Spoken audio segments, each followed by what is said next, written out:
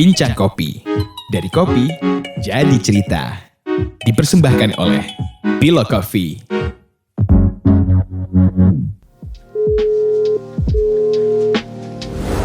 Halo Mas. Halo Mas Wahyu. Oh iya, halo. Ini saya Dian dan Maria. untuk Panggilnya mungkin bisa Rakib aja Mas. Oh, Rakib ya? Iya, Rakib. Saya salah nggak sih? Gimana? Salah nama nggak sih? Benar, namanya Wahyudi Rakib. Rakib aja ya. Bisa perkenalkan diri dulu Mas Rakib.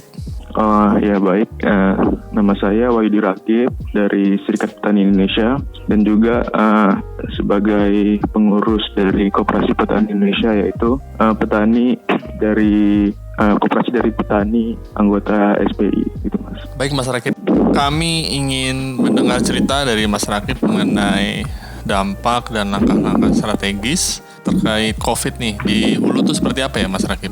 Kalau sebenarnya sih di hulu itu Mas, bisa kita katakan itu kan sebenarnya aman ya.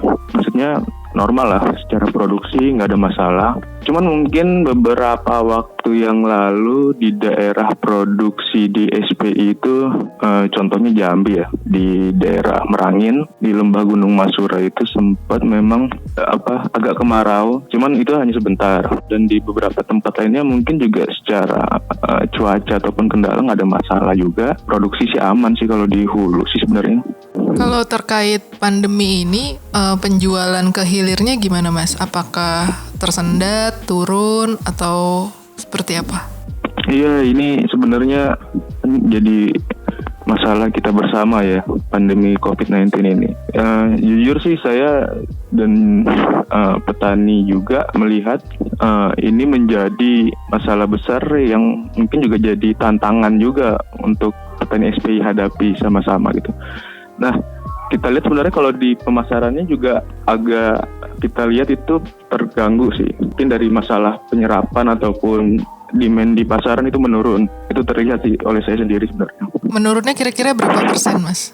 Waduh, mungkin kalau dari persenannya ya, kalau saya katakan itu misalkan penjualan untuk green beans, misalkan sebulan 200 sampai 500 ataupun lebih, itu bisa hampir ya, kalau green beans saja itu 100 atau 200 juga kadang-kadang nggak terlalu sampai sih. Sementara upaya untuk penjualan juga tetap kita lakukan gitu. Cuman biasanya mungkin pelanggan ataupun langganan kita dari roastery dan juga kedai kopi ataupun home brewer juga di secara nasional juga ternyata juga mungkin menurun ya. Permintaan jadi branded ya, dari kedai kopi ke roastery ke kita. Jadi efeknya domino ya. Benar-benar. Jadinya kayak demand permintaan juga menurun mungkin. Kalau dari petani sendiri bagaimana Mas? Apa ada keluh kesah kah dari mereka atau ada cerita dari mereka sebagai anggota koperasi?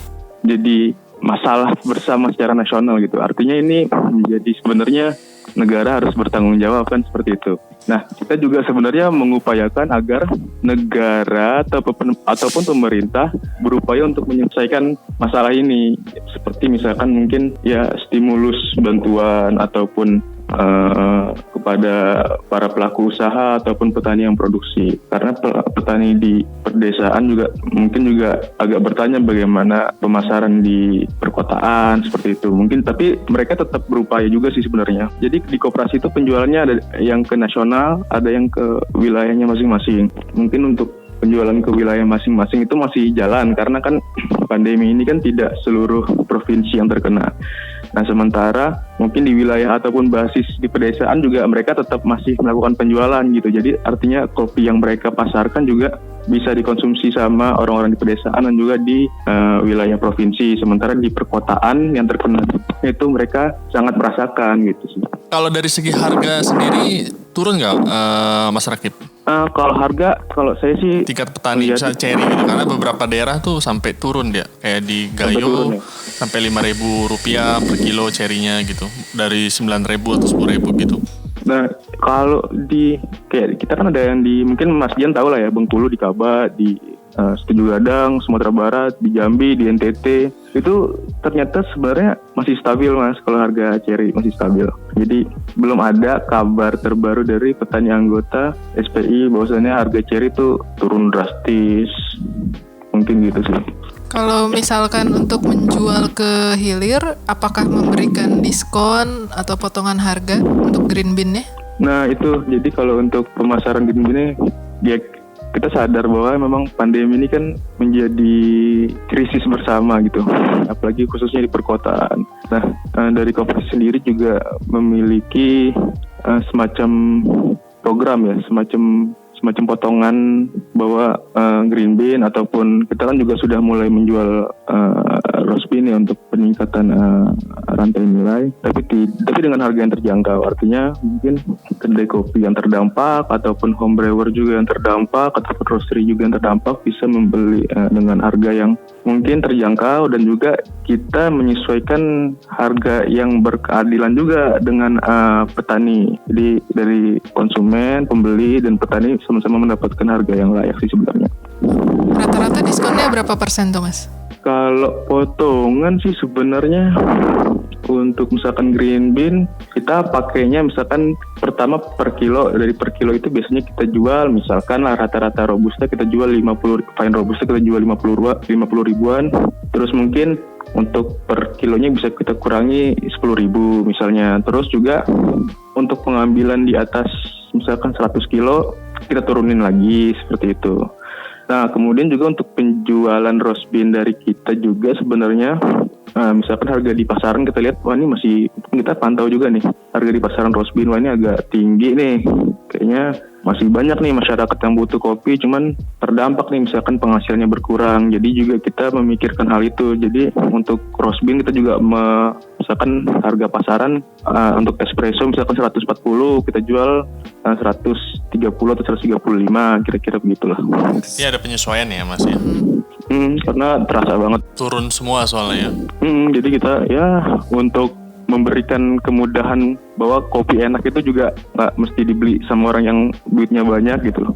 Apakah dari sisi internal SPI sendiri ada rencana program kerja terkait pandemik ini dalam waktu yang panjang? Karena kan sebagian besar kayaknya udah percaya ini kayaknya akhir tahun baru paling cepat lah gitu, baru kelar gitu, situasi mulai membaik gitu. Jadi akhirnya kan mereka nyusun langkah kerja tuh sampai akhir tahun Desember gitu.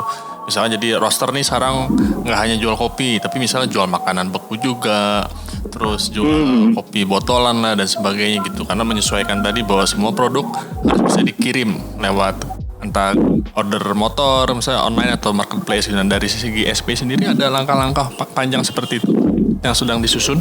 Iya. Untuk jadi di kita itu kan ada banyak koperasi Mas ya. Maksudnya untuk koperasi besarnya kita bikin di Jakarta. Untuk usaha kopinya itu ada di Jakarta, ada di Medan. Iya, Jakarta dan Medan lah yang masih sekarang aktif selama pandemi. Jadi sebenarnya kita pertama melakukan semacam program, misalkan lah dari Koperasi Petani Indonesia, koperasinya SP itu pertama, ya kita tetap menjual green beans, karena pasti tetap ada yang membutuhkan, seperti kedai kopi, roastery, dan home brewer yang ingin juga mungkin bisa ngerosting juga. Kemudian kita juga menambah variasi atau diversifikasi produk koperasi. Dari yang awalnya kita hanya menjual kopi, jadi main unit usahanya adalah kopi, green beans. Kita juga menambah misalkan mungkin menurut permintaan juga kan madu gitu, karena madu sangat baik untuk kesehatan selama dalam pandemi ini. Kemudian juga kita ada rencana juga untuk memasarkan sayuran sehat, sayuran kita namanya sayuran agroekologi. Itu yang ada rencana kita ingin datangkan dari Bogor, juga dari Sukabumi, juga dari Jawa Barat yang kita datangkan. Kemudian kita juga yaitu meningkatkan rantai nilai produk koperasi. Jadi kita awalnya penjualan green beans, kemudian kita ekspansi ke roast beans, ke kopi sangrai, seperti itu dengan harga yang layak. Nah, minggu ini kita juga ada rencana sebenarnya dari Koperasi Petani Indonesia berkolaborasi dengan para pelaku usahanya ada dari Sumatera Barat, dari Sumatera Utara, kemudian dari Bengkulu, kemudian dari Bandung, Jakarta, Bekasi, dan juga Cirebon. Itu kolaborasi para pelaku usaha koperasi dan kecil menengah di sektor perkopian untuk tetap bergerak bersama, berjuang bersama, saling support dalam hal usaha dan pemasarannya. Kemudian kita juga bersama para pelaku usaha yang kita juga dalam lingkar kolaborasi ini mengkampanyekan untuk terus dalam hal sekarang itu terus mengkonsumsi lah kopi-kopi lokal, produksi petani langsung, produksi koperasi. Karena saatnya ini kita menggerakkan roda perekonomian di perkotaan, di pedesaan, peningkatan kesejahteraan petani. Mungkin seperti itu Mas, kalau dari kita sih sementara ini. Oke, Mas Rakib, terima kasih sudah berbagi. Mungkin terakhir Mas Rakib ada tambahan mungkin buat teman-teman yang mendengarkan? Iya. Mungkin pesan dari dari petani yang membentuk koperasi dan juga yang bergerak dalam sektor usaha produksi sampai ke pemasaran kopi. Jadi pesannya itu sebenarnya ke masyarakat, ayolah kita konsumsi kopi lokal, support lokal kopi. Artinya kita terus meningkatkan kesejahteraan petani juga sesuai dengan tagline-nya Pilo Kopi ya, sejahtera petani kopi. Kita juga sama meningkatkan kesejahteraan petani kopi dan juga selama pandemi ini sama-sama kita budayakan terus-terusan sampai mungkin seterusnya tetap terus belanja konsumsi kopi lokal Indonesia. Mungkin itu Mas. Baik Mas Rakib, terima kasih ya sudah berbagi. Nanti kita sambung kalau pandemiknya udah bisa lewat atau kita bisa bertatap muka, mungkin nanti isu yang lebih dalam tadi tuh. Terima kasih ya Mas Rakib. Lagi ya, siap. Oke, terima kasih ya Mas Rakib. Siap Mbak, Mas. Kami berharap curahan hati ini dapat menebarkan solidaritas dan memantik nyala semangat bagi kita semua. Terima kasih telah mendengarkan Bincang Kopi. Sampai bertemu lagi di episode berikutnya.